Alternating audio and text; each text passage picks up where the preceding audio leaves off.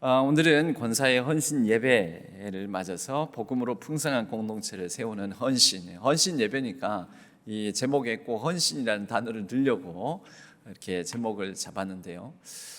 오늘 로마서 말씀과 요한복음 말씀은 한편으로는 연결이 되는 맥락이 같은 말씀으로 볼 수도 있습니다.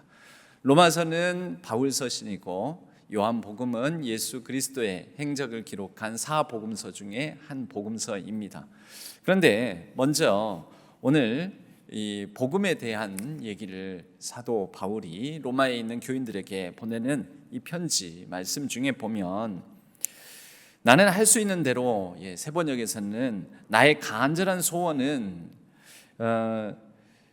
로마에 있는 너희에게도 복음을 전하기를 원하노라. 이 사도 바울이 굉장히 열정과 헌신을 가지고 일평생 동안 했던 일이 바로 이것입니다. 복음 전하는 일. 나는 로마에 있는 너희들에게도 복음 전하기를 원하노라. 근데 이상하죠? 왜 이상하냐면요, 이 로마에 있는 사람들이 이 편지를 받는데 누가 이 편지 받겠어요? 그냥 예수 안 믿는 사람?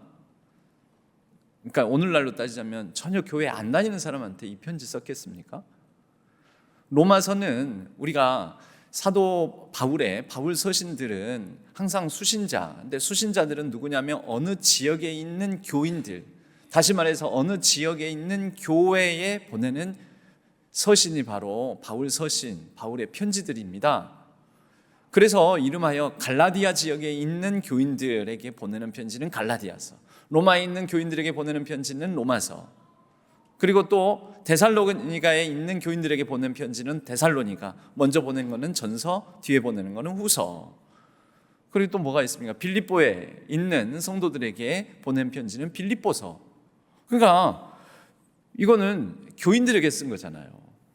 교인들에게 쓴 건데, 나는 할 수 있는 대로 로마에 있는 너희에게, 지금 편지를 받는 너희에게 복음 전하기를 원하노라, 이렇게 말하고 있다는 거죠. 복음 이미 다 받고 복음을 수용하고 믿고 있는 성도들에게, 그런데 또 복음 전하기를 원한다고요? 조금 이상하지 않습니까? 다시 생각해 보면, 여러분, 복음은 한 번 듣는 게 아닙니다. 두 번, 세 번 반복해서 듣는 것입니다. 복음은 한 번 들어서 이 복음의 깊은 의미를 깨닫는 게 아니라 여러 차례에 걸쳐서 복음은 심화되고 깊어지는 거죠. 예수 그리스도를 들었습니다. 로마에 있는 교인들이. 오늘 낯설교 이 메시지 중에 이 바울을 영접하러 나온, 바울을 마중 나온 사람들, 그래서 보디올이라는 곳에서 로마까지 이르는 한 300여 킬로에 해당되는 아피오 가도를 같이 걸어주는 사람이 있어요. 마중 나와가지고.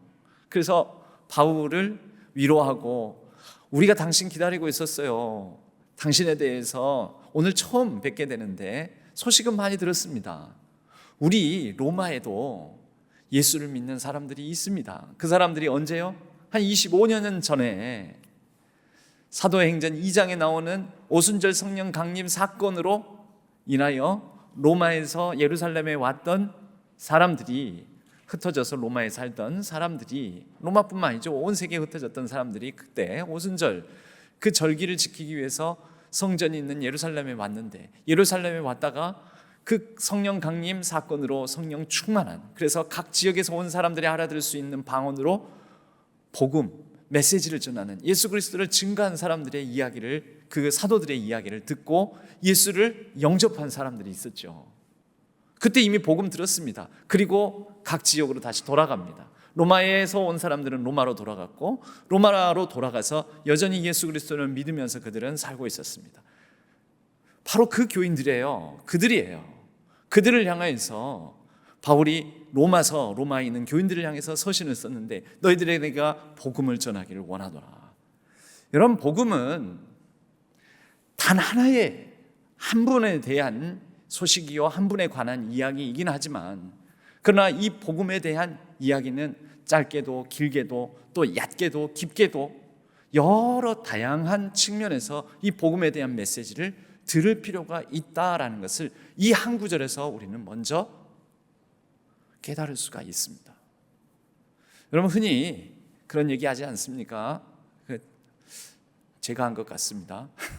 제가 신앙교회 와서 복음에는 크게 보면 십자가에서 우리 죄를 대신해서 피를 흘리심으로 우리의 죄를 속죄해 주시고 친히 그 구속의 값어치 대가를 치르심으로 우리를 대신 속량해 주셔서 우리의 죄가 모두 사해졌다. 바로 십자가 사제의 은총, 십자가 복음입니다. 십자가에서 우리 죄를 다 사해 주시니 우리는 이 사실을 믿으면, 바로 이러한 일을 예수 그리스도께서 행하셨다는 것을 믿으면 우리는 구원받았다, 죄 사함을 받았다, 그리하여 우리는 천국에 간다. 여러분, 이거 들어보셨던 복음의 내용이죠. 오직 우리는 죄인인 줄로 알고 우리의 죄가 오직 예수 그리스도의 그 구속의 피로 깨끗하여졌음을 믿습니까? 라고 세례받을 때 꼭 이 질문을 던집니다. 예, 믿습니다. 그렇게 대답하라고 하지요. 그 신앙 고백이 된 분들에게 세례를 줍니다. 그러니까 다 들어보셨을 거예요. 이 복음, 기쁜 소식입니다. 이 복음이 뭐라고요? 예, 그 십자가 복음입니다. 십자가로 말미암은 예수 그리스도께서 우리의 죄를 사해 주신 복음. 그런데 이것으로는 완전하지 않다라는 거죠. 구원의 불안정성도 있습니까? 예, 구원에 더 넓고 깊은 차원이 있는데 십자가로 말미암은 속죄 복음만 있는 것이 아니라 그 다음 이제 속죄받은 우리는 어떻게 살 것인가? 어떻게 살 것인가? 무엇을 위해 살 것인가?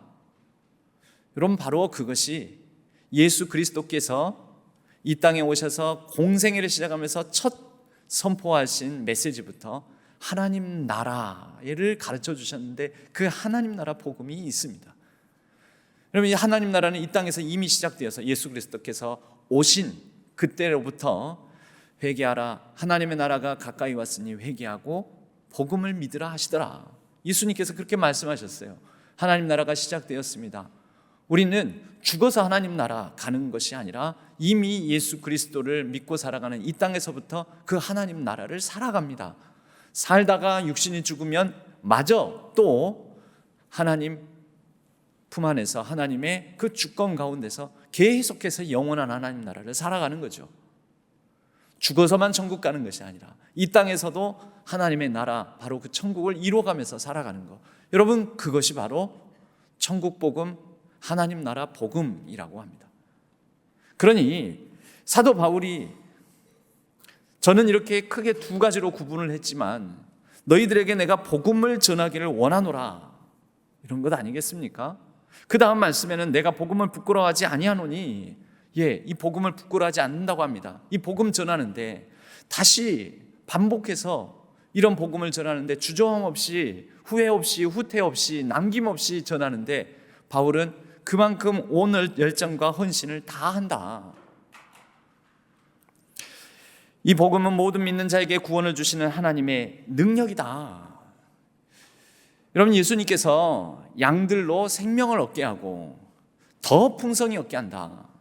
더 풍성히, 더 넘치도록 그 생명을 누리게 한다. 여러분, 생명을 얻게 하고, 여기까지가 우리가 구원받아 새 생명 얻었네 라고 하잖아요. 십자가 복음이에요. 속죄의 복음. 그런데 더 풍성히 우리는 구원받아도 예수 그리스도를 믿고 나는 이제 죽어서도 천국 간다라는 믿음을 가지고 있는데도 안 죽어요. 바로 안 죽어요. 바로 안 데리고 가세요. 우리를 이 땅에 아직 살고 있지 않습니까? 저처럼, 여러분들처럼, 우리들처럼. 우리 다 안 죽어, 지금 안 죽고 여기 다 계시잖아요. 그럼 이 땅에 살아가면서 생명을 얻었는데, 새 생명, 죽어서 천국 간다, 영생을 얻었는데, 그러면 아직 살아있는 우리들은 그냥 고믿음만 붙들고 살아가느냐? 아니요. 더 풍성히, 아직 이 땅에 살아가는 동안에 더 풍성한 삶을 살아갈 수 있다는 거죠. 그러니 앞에 부분을 십자가 속죄 복음이라 한다면 뒤에 더 풍성히 이 부분은 하나님 나라의 복음이지 않겠습니까? 그 전체를 모두어서 하나님 나라의 복음으로 통합할 수 있지 않겠습니까? 여러분, 교회를 이뤄가는 데 있어서 제일 중요한 것은 이 복음에 대한 헌신입니다.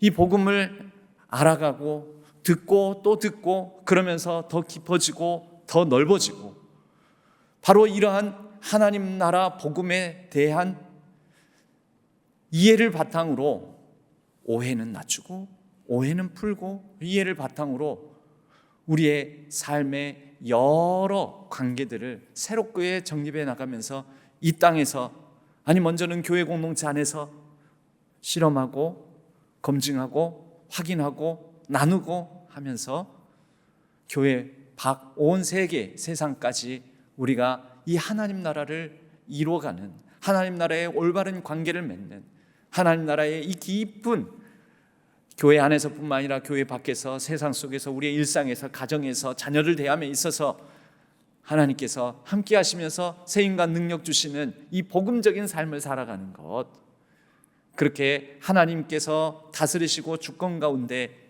우리에게 뜻하시고 인도하시는 하나님 나라의 삶을 살아가는 것, 이것이 우리에게 주신 풍성한 삶, 복음의 깊은 뜻이라는 것입니다. 여러분, 그래서 이것은 한 번이 아니라 두 번, 세 번 반복해서, 또 서로의 만남을 통해서, 성도의 인격적인 교제를 통하여서 이 복음을 심화해 나가는, 반복을 통하여 심화해 나가는 이 과정이 필요합니다. 몇 끼 우리는 밥을 먹습니다. 아유, 나는 몇 끼 쌀밥 지겨워. 그러니까 나는 쌀밥 아니고 난 딴 거 먹을래. 한 번씩은 간식도 먹고 별식도 먹기는 하죠. 그럼에도 불구하고 우리의 주식은 여전히 쌀밥입니다. 몇 번 딴 거 밀가루 음식 먹었다가 아이고 결국은 밥심이야, 이 쌀밥을 먹어야지 힘이 나 하면서 우리 한국인들의 경우에는 다시 쌀밥을 또 찾습니다. 이걸 언제까지 먹습니까? 평생. 평생. 왜 그렇게 하죠? 그게 우리가 살아가는 삶. 여러분, 그 쌀밥 먹고 어린 아이 때는 젖을 먹지만 조금 크면은 이유식 먹고, 그러고 나서는 이제 쌀밥을 먹기 시작해가지고 그 밥 먹고 반복해서 지겹게도 그 밥을 먹으면서 성장하고 자라고, 그리고 이렇게 60년, 70년, 80평생을 살아가는 것이죠. 그럼 복음을 듣고 복음을 이해하고 복음을 나누고 복음과 함께 살아가는 이 과정도 그렇습니다. 이 반복의 생명의 능력이 있다라는 것입니다. 모든 사람에게 빚진 자로서 이 사도 바울이 열정을 가지고 전했던 이 복음, 한두 번 전하는 것도 아니고 얼마나 많은 사람에게, 많은 지역에, 얼마나 많은 상황 속에서 정말 지겹도록 전했겠습니까? 그런데 사도 바울은 이 복음에 대한 열정이 식지가 않았습니다. 죽는 날까지 이 복음에 헌신하였습니다. 여러분, 교회는 어떤 것입니까? 이 복음이 기초가 되고 복음으로 말미암아 이 복음에 공유된 신앙 고백, 복음에 대한 공유된 믿음, 이 복음에 대한 공유된 생각을 가진 사람들의 모임입니다. 지금 우리 청년부에서 새로운 새 장소에서 이제 본당이 아니라 좀 오붓하게, 여기보다는 조금 더 오붓하게 새 장소에서 이 말씀을 나누면서 5주짜리 시리즈를 했습니다. 5주짜리 시리즈가 뭐냐면 새로운 공간에서 새로운 교회 공동체 세우기. 그래서 이 친구들에게 첫 주부터 5주차, 오늘까지 해서 5주차가 끝났습니다. 5주차까지 교회에 대한 시리즈의 말씀을 나눴습니다. 오늘은 정리하면서 이렇게 카드 뉴스도 만들어 봤는데요, 교회에 대한 오해와 이해. 왜냐하면 첫 주에 나눴던 이 말씀이 뭐였냐면 교회란 무엇인가, 교회의 가장 본질이 무엇인가, 교회의 본질을 다시 묻다. 그게 1주차, 첫 주차였습니다. 둘째 주에는 청년들, 젊은 사람들이 왜 교회를 떠나는가, 또 동시에 왜 아직 교회에 남아있는가, 교회가 뭐길래, 결국 두 번째 주차에도 교회에 대해서 묻는 것이고 교회에 대한 답을 우리가 함께 찾는 거였습니다. 3주차에는 우리를 공동체로 부르시다, 공동체로 부르심을 받다. 네 번째 주차에는 교회 안에서뿐만 아니라 세상을 향한 부르심이 우리에게 있다. 그래서 각 주차마다 말씀을 나누고, 오늘 마지막 주차에서는 다시 새롭게 시작하는 우리라고 하면서 이전 일을 기억하지 말고 내가 새 일을 행하리라 라는 이사야 43장의 말씀을 본문으로 함께 나누었습니다. 그런데 쭉 첫 주차부터 4주차까지 카드 뉴스 형식으로 이렇게 정리를 하다 보니 첫 번째 주차부터 네 번째 주차, 심지어 오늘 마지막 5주차까지 교회에 대해서 이미 가지고 있던, 아니면 아예 미처 모르고 있던, 가장 기본적인 본질적인 것을 모르고 있던 것을 이해시키는 과정이었다라고 생각이 들어서 오늘 정리를 하면서는 그동안 5주차 동안 교회에 대해서 다시 물으면서 우리는 교회에 대한 오해를 풀고 교회에 대한 이해를 높여가는 과정이었다라고 하면서 이렇게 카드 뉴스를 만들어 보았습니다. 그래서 오해 5가지. 첫 번째 주차에는요, 주는 그리스도시요 살아계신 하나님의 아들이십니다라는 베드로의 신앙 고백과 그 다음 구절에 예수님께서 마태복음 16장 18절에서 내가 이 반석 위에 내 교회를 세우리라. 그러니까 교회는 어디에 세워집니까? 주는 그리스도시요 살아계신 하나님의 아들입니다라는 고백에서. 여러분, 교회는 단순히 사람들이 모였다고 해서 교회되는 거 아니에요. 십자가 걸어놨다고 해서 교회되는 거 아니에요. 교회스러운 건물 모양이라서 교회되는 거 아니에요. 건물 갖춰져 있고 시설 다 갖춰져 있고 또 사람들도 많이 모였다고 해서 교회가 아니에요. 그 안에 동일한 주는 그리스도시요 살아계신 하나님의 아들이십니다라는 고백이 없다면 아무리 많은 사람들이 모이고 아무리 재정이 많고 아무리 탁월하고 정말 좋은 시설을 가지고 있어도 교회 아니에요. 그럼 교회를 다닌다라고 하는데 교회 다니는 거 아니죠. 교회는 이루어가는 것입니다. 교회 다니는 거 아닙니다. 교회 다닌다라는 것은 어떤 공간 안으로 들어갔다 나왔다 한다, 댕긴다, 그거잖아요. 근데 아니에요. 교회는 이루어가는 거예요. 여러분, 이 기본적인 본질, 기본적인 교회를 이루어가는 교회관에 대한 기초적인 얘기를 했다라는 거죠. 어쩌면 청년들 중에 그거 다 아는 얘기예요. 다 들어본 얘기예요. 그럴지도 모르죠. 그래서 제가 다시 오늘 주지시켰어요. 다시 정리해 봐야 된다. 그리고 거기에서 다시 우리 청년들의 교회, 청년들 중심의 교회 공동체에서 청년부를 세워가야 된다.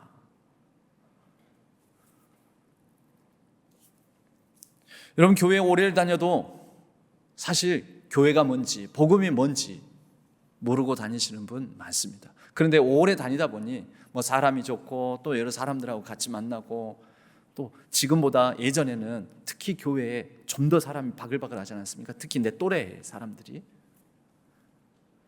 오래 다니다 보면 교회가 익숙해집니다. 익숙해지긴 한데 익숙하다고 해서 잘하는 건 아니죠. 익숙하다고 잘하는 것은 아닙니다. 여러분, 복음이 익숙해질지 모릅니다. 예수님에 관한 예수님, 하나님, 성령님 이런 말이 익숙해질지 모릅니다. 익숙하다고 해서 잘 아는 것은 또 다른 문제입니다. 또 다른 주제라는 거죠. 익숙함과 잘하는 것은 달라요. 이렇게 나눔을 하는데 제가 일방적으로 전하지 않고 청년들하고 나눔 질문을 던집니다. 설교 중에, 설교 시작 전에 던지고 설교 끝날 무렵에 다시 던지고. 그래서 나눔 시간까지 들어가니까 예배가 깁니다. 찬양만 한 30분 하는데 찬양 30분 하고 나눔 시키고 또 제가 메시지 좀 전하고 다시 나눔해라고 그러고 나눔하고 난 다음에 다시 정리하면서 같이 합심해서 기도하고 그러고 마치니 여러분 2시간 5주 동안 내내 그랬어요. 예배 시작부터 마치기까지 2시간 최장 찍을 때는 2시간 15분 걸린 적도 있어요. 2시간 15분. 저는 2시간 15분 동안 2시간 넘도록 한 번도 앉은 적이 없습니다. 내내 서 있습니다. 애들은 앉아서 나눔도 하고 토의도 하고 막 그러는데 저는 내내 서 있습니다. 제가 서 있다는 걸 강조하는 게 아니고요. 2시간 넘도록. 여러분 견디겠습니까? 청년들 중에도 못 견디는 애들이 있어요. 특히 이제 처음 온 친구들. 그리고 겨우 와서 앉아있는 애들. 그래도 1시간 버티다 돌아가면 될 줄 알았는데 1시간 넘어가고 1시간 반 넘어가고 2시간 다시는 안 와. 여러분, 특히 오늘은 그런 얘기도 했어요. 여러분, 교회에 대해서 진지하게 나누고 그러는데요, 이 동의가 안 되면 이거 못 견뎌요. 어떤 동의입니까? 주는 그리스도시요 살아계신 하나님의 아들이십니다. 이 동일한 고백, 동의가 안 되면, 다시 말해서 복음에 대한 복음화가 안 되어 있으면, 복음화가 안 되어 있으면요, 무슨 얘기든지 버텨야 될, 그 자리는 버텨야 될 자리이고요, 그 시간은 버텨야 될 시간인 거예요. 견뎌내야 될 지루하고 관심 없고 의미 없고 재미없는 시간인 거죠. 그런데요, 그 복음에 대한 동의가 되고 그 복음의 기초에서 교회에 대해서 배워가면서 교회에 대한 새롭다기보다도 너무 본질적이고 중요한 의미들을 찾아가는 과정들, 그럼 복음화가 돼 있는 사람에 대해서는 이 부분들이 흥미있죠, 재미있죠, 관심 있죠, 내 얘기죠. 왜냐하면 내가 참여하고 내가 이뤄가야 될 주제이니까요. 여러분, 우리 권사님들 요즘 신앙생활에 혹시 재미없으십니까? 요즘 열정과 헌신이 좀 떨어져 있습니까? 교회 다니는 게 젊을 때는 안 그랬는데 요즘 좀 그냥 그래. 누가 뭐 해달라고 그러면 그 시간 귀찮은데 이런 생각 들고. 여러분, 그거 귀찮은 게 아니에요. 바쁘고 분주한 게 아니에요. 진짜 본질을 한번 물어보셔야 돼요. 내가 요즘 복음화가 돼 있는가? 그럼 복음은 땅에 떨어뜨리기도 합니다. 잃어버리기도 합니다. 내가 복음화가 되어 있는가? 지난주에 처음 온 친구들이 좀 있었어요. 청년부에. 이번 주에도 보인 친구가 있고 안 보인 친구가 있어요. 근데 그런 얘기를 나눈 적이 있습니다. 왜 교회를 너무 길어, 너무 힘들어. 여러분, 그거 이전에 그 친구에게는 따로 불러서 이 빡센 2시간짜리 예배, 이 예배 자리에 참여해라 마라, 요거 하기 전에 먼저 그 친구의 복음을 점검해 봐야 됩니다. 복음을 받아들이고 있는가를 점검해 봐야 된다는 거죠. 우리 권사님들 복음을 점검해 보셔야 됩니다. 정말 예수 그리스도가 나의 주인 되심이, 하나님께서 예수 그리스도를 통하여서 나에게 이루어주신 사건이요, 의미요, 이야기라고 성경의 말씀들이 나는 받아들여지는 사람인가? 예수가 곧 내 인생의, 내 평생의 주인 되시는 분인가? 이 고백을 점검해 보셔야 됩니다.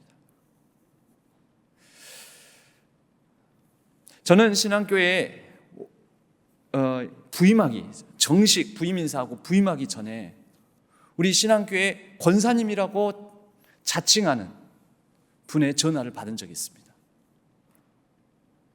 그분이 전화를 당했습니다.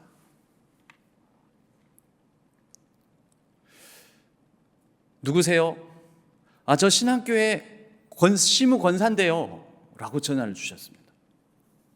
그러면 누군지 여쭤봐도 되겠습니까? 아니요, 그것은 알 거 없고요. 그건 차차 알게 되실 거고요. 궁금한 게 있어서 전화했어요.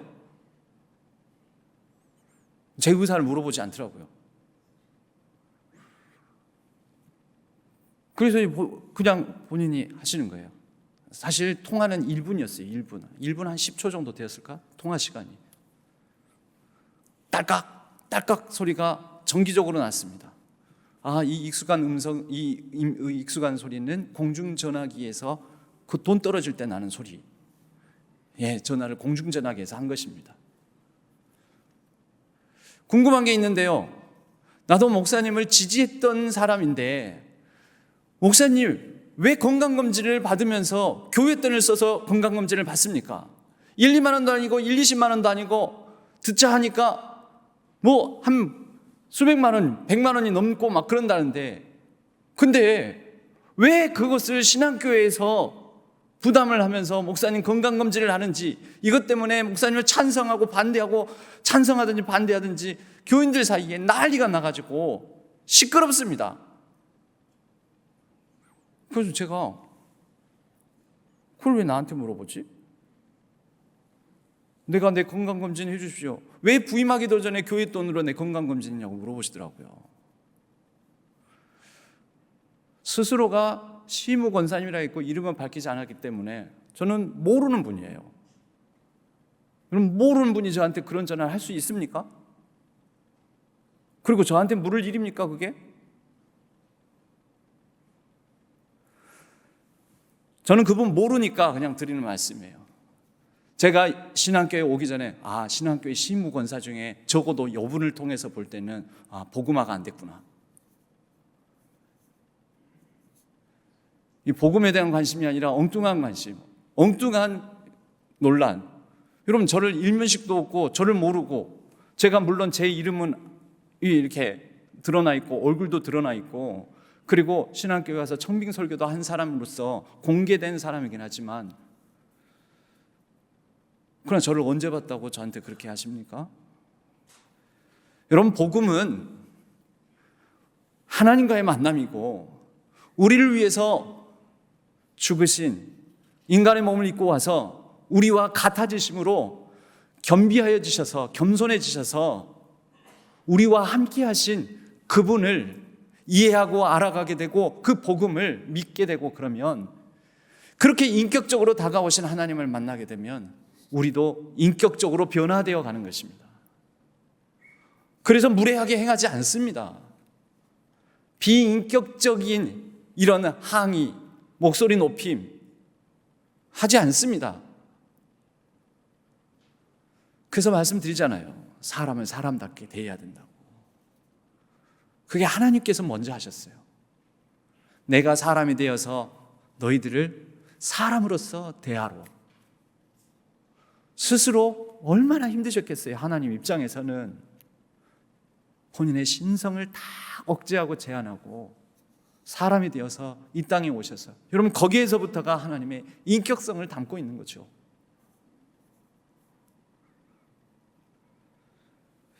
제가 그런 얘기를 들은 적이 있어요. 권사의 원래 하면 쌀벌하다고. 맞는지 틀리는지는 전 몰라요. 권사의 원래에 참여해 본 적이 없으니까.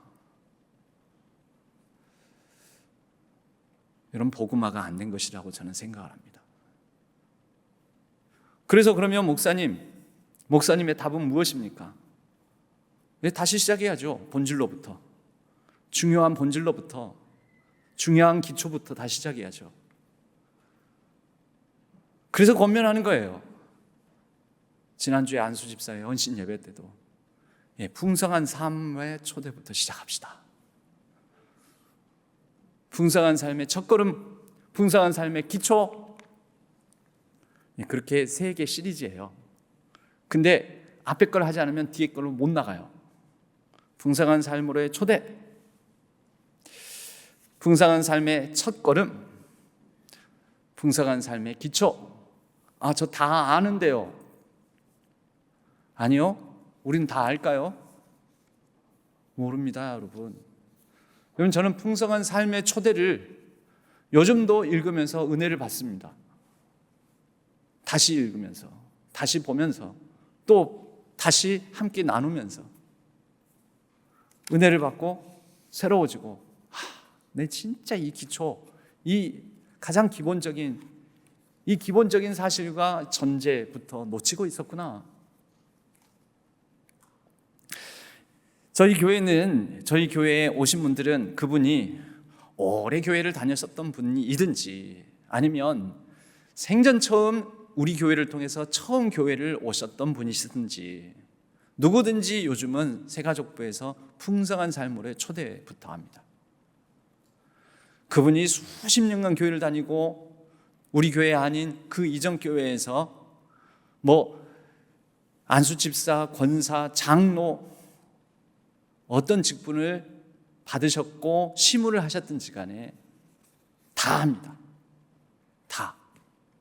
여러분, 잠깐 그분이 이름은 밝히지 않은 상태에서 나누는 것을 허락을 해주셨기 때문에 이 한 분의 그 전체는 다 못하고, 왜냐하면 길어요. 그 내용이 벌써 그 보고서가 요만큼이에요. 요만큼. 여기 이름이 보이겠네, 이렇게 하면. 또 막 유튜브로 확대해서 보는 거 아니에요, 누군가 하고. 아무튼 요만큼이에요, 페이지로는.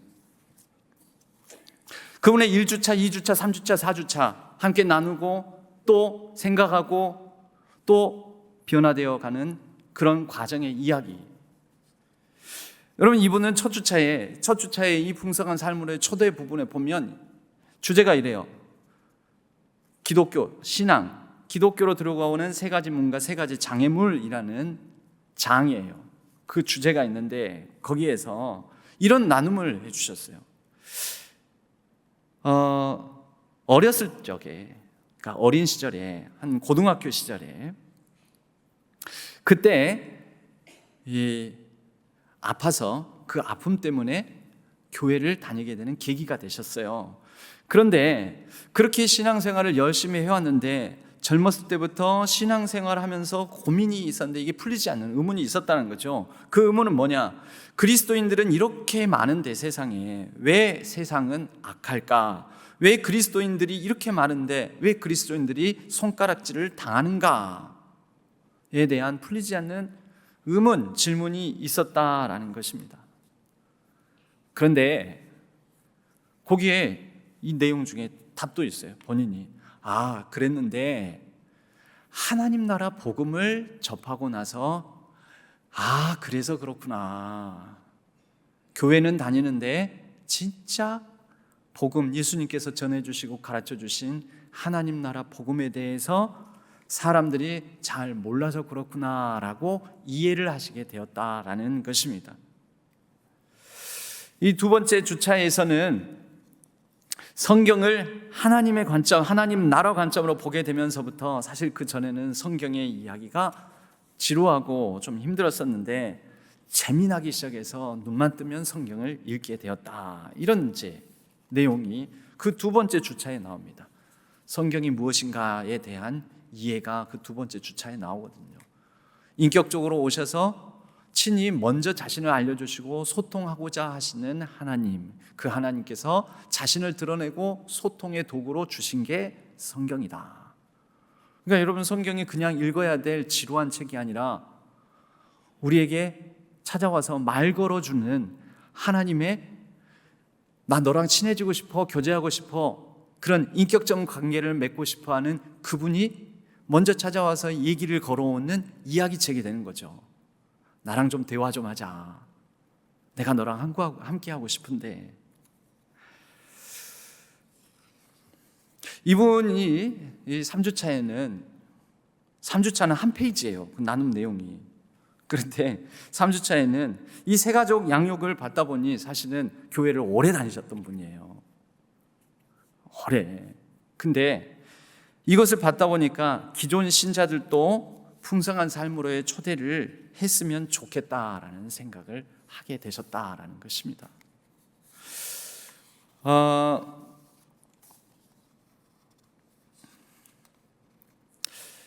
6주차 여섯 번째 주제에 가세요.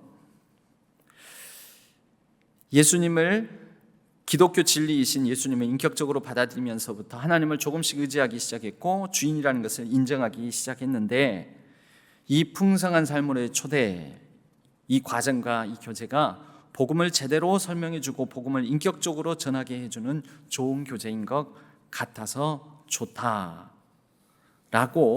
내용 중에 있습니다. 이분은 교회 오래 다니신 분입니다. 제가 한 분의 사례를 더 함께 나누었으면 하는데요. 이분은 모태신앙입니다. 첫 주차에 그렇게 말씀하고 있어요. 모태신앙이고 어릴 때부터 기독교에 익숙한 상황과 배경, 생활 양식이 몸에 배었고 교회에서 친구들과 함께 뛰어노는 어린 시절을 보냈고 요절도 암송하고 외우고 그런 게 즐거움이었습니다. 그런데 대학교 들어와서 신앙을 잃었습니다. 근데 여러분, 신앙을 잃어버리는 게 정말 사소한 계기로 잃어요. 다른 친구들은 좀 좋은 대학 가는데 자기는 그보다 좀 못한 대학 가니까 교회 친구들하고 비교되는 게 싫어가지고 교회 안 나가기 시작해가지고 잃어버린 거예요. 근데 이분이 이제 그 대학교 시절을 기점으로 보면 수십 년이 지나서, 10년만 지나도 수십 년이라고 표현합니다. 수십 년이 지나서 다시 교회를 찾게 되었고, 우리 교회에 찾게 돼서 이 풍성한 삶으로의 초대를 하게 되셨는데, 요즘은 주일 예배가 사모가 되고 주일이 빨리 오기를 기다린다. 근데 이 첫 주차에는 나는 이 과정 첫 장을 읽으면서 나는 영적 악이구나. 내 수준이 영적 악이니까 사소한 것으로 교회를 다니고 한다 아니고 하는 계기가 돼버려요. 내용 중에 본인이 일하는 곳에서 사람들을 여러 만나고 대하는, 이 너무 신분이 노출될지 모르니까 그냥 이 정도로 제가 두리뭉실하게 그건 표현하겠습니다.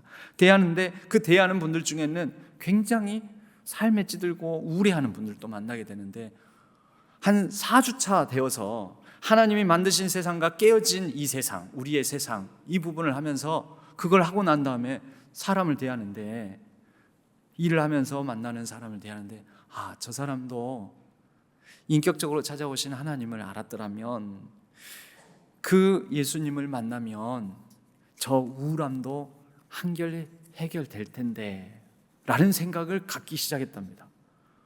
그러면서 스스로 깜짝 놀란 거예요. 그리고 요즘 그렇게 일하는 곳에서 만나는 분들이 요즘 뭐 기분 좋은 일이 있어? 요즘 얼굴빛이 좋아졌어? 왜 그래? 그런 얘기를 들을 때 스스로도 요즘 내가 예수님을 제대로 믿기 시작하면서 달라진 거야 라는 생각을 하게 되었다라는 거죠. 그것을 나눠주셨어요.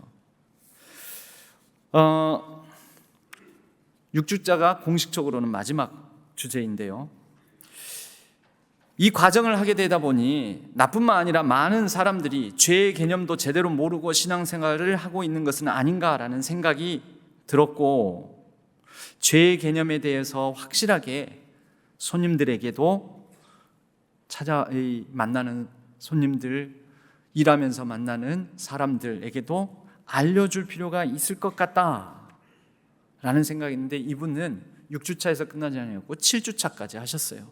그 7주차의 제목은 계속되는 우리의 여행입니다. 그런데 거기에서 이렇게 나눔을 해 주셨습니다. 요즘은 이전과 다르게 마음이 평안하다. 이는 성령님께서 나와 함께 하기 때문인 것을 느낀다. 그래서 말씀을 깨닫게 하시고 하나님께로 가까이 인도해 주실 성령님을 의지하고 믿고 매주 주일 예배 지키는 것이 소원이기 때문에 잘 참여하고, 구역으로 파송을 받게 되면 여전도에 참여하는 것도, 한 번도 그런 생각 안 해봤는데 여전도에 참여하는 것도 고려해 보려고 한다.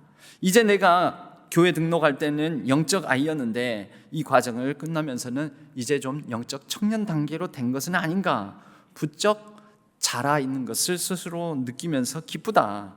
이젠 영적인 부모를 꿈꿔본다. 이러면서, 이분은 모태신앙인데요, 신앙교회 모태신앙이에요. 그리고 수십 년 만에 다시 교회로 돌아오신 분이에요. 그럼 저는 요즘 약간 걱정 아닌 걱정을 조금 해봅니다. 혹시 이런 과정을 밟고 난 다음에 기대감을 가지고 구역 파송하고 여전도에 가고 또 이렇게 이런 권사회니 이렇게 모임을 갔는데 거기 가서 내가 기대했었는데 영 아니네. 그러면 어떡하지? 그래서 오히려 파송을 받고 난 다음에 실족하게 되면 어떡하지? 그래서 여러분, 우리 교회 헌신자 그룹인 여러분들이 좀 준비되어 있으셔야 합니다. 이거 맞춰 가져야죠. 어렸을 때 신앙 가문에서 태어나서 모태신앙으로 자라면서 주일학교 때 무슨 대회도 나가고 암송도 잘하고, 여러분 그렇다고 해서 복음화가 됐다고 자신하시면 안 됩니다. 복음화 안 된 친구들 억수로 많이 봤습니다. 저는 심지어 그게 젊은 세대 청년들 뿐일까라고 생각해 봅니다. 교회 일 많이 한다고 해서 이 친구들이 복음을 제대로 믿는가, 복음화가 돼 있는가, 아닌 경우도 너무 많이 봤습니다. 저는 적어도 제가 파악한 순간 가능하면 적어도 청년들은 제가 권면하고 그렇게 말할 수 있으니까요, 복음화가 안 돼 있는 친구들은 가능하면 아무것도 하지 말라고, 일하지 말라고, 봉사하지 말라고. 몰라서 모르면 모를까 알게 된다면 그렇게 권면을 합니다. 하지 말으라고. 괜찮다고. 안 해도 괜찮다고.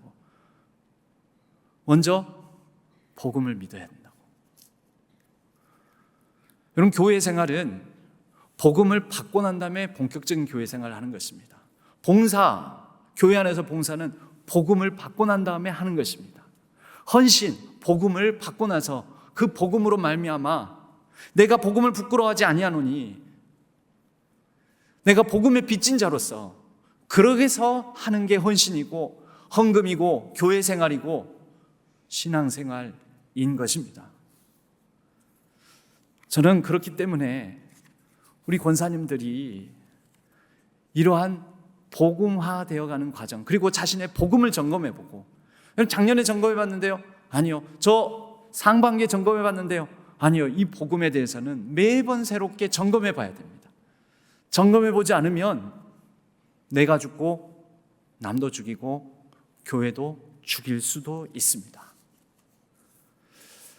이 복음에 헌신하는 헌신적으로 복음의 열정을 불러일으키기 위해서 복음으로 돌아와 복음 앞에 자신을 다시 한번 반드시 세워나가는 우리 신한교회와 또 신한교회를 섬기시는 우리 모든 시무 권사님들, 권사회원들 되시기를 주님의 이름으로 간절히 축원합니다.